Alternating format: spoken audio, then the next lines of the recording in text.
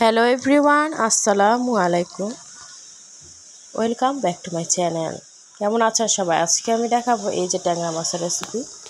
তো আজকে এখানে বেগুন, আলু আর এই তো মাছগুলোকে ফ্রেশ করে ধুয়ে নিয়েছি, আর বেগুন আলু তো কেটে নিয়েছি। একটা কড়াই বসিয়ে দিয়েছি, তার মধ্যে তেল অ্যাড করে দিয়েছি। পেঁয়াজগুলো একটু হালকা ব্রাউন করে ভেজে নেব। ব্রাউন করে ভাজা নেওয়া হয়ে গেলে পরে আমি এর মধ্যে সামান্য একটু আদা রসুনের পেস্ট দিব, আর এখানে একটু সামান্য পানি দিয়ে অ্যাড করেছি, যাতে করে মশলা পেঁয়াজগুলো পুড়ে না যায়, সেজন্য একটু পানি দিয়ে অ্যাড করে দিয়েছি। আর এখানে হলুদের গুঁড়ো 1 চা চামচ এবং মরিচের গুঁড়ো 1 চা চামচ দিয়ে এবার ভালো করে নেড়ে চেড়ে আমি মশলাটাকে কিছুক্ষণের জন্য কষিয়ে নেব।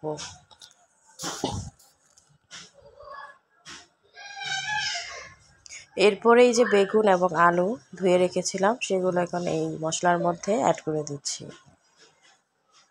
তো মশলার মধ্যে কিন্তু ভালো করে এবার বেগুন এবং আলু কষিয়ে নিচ্ছি।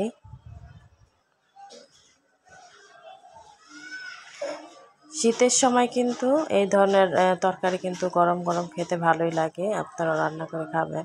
আর এই যে লবণটা অ্যাড করছি 1 চা চামচ পরিমাণ, লবণটা পরে চেক করে দেওয়া যাবে।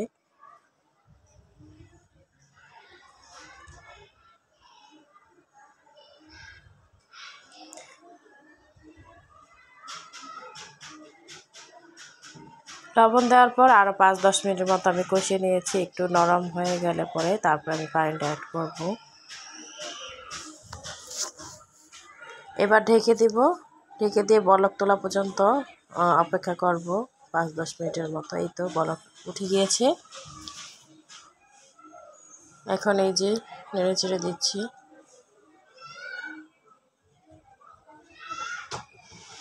আর ধুয়ে রাখা মাছগুলো বলক উঠে গেলে এক এক করে সবগুলো দিয়ে দিলাম।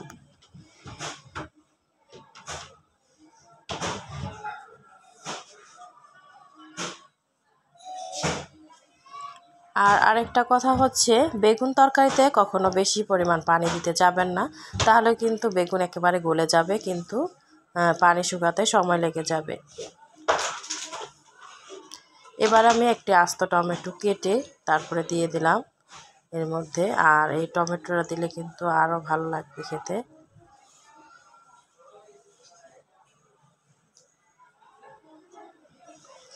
এই তো কিছুক্ষণ পরে আমি কিন্তু এখানে জিরে গুঁড়ো 1 চা চামচ পরিমাণ দিয়ে দিলাম। আর এই তো শেষ পর্যায়ে আমি ধনিয়া পাতা কুচি অ্যাড করেছি। আর শীতের সময় তরকারির মধ্যে ধনিয়া পাতা অ্যাড না করলে কিন্তু একদমই ভালো লাগে না, আর এটা আমার খুবই ফেভারিট।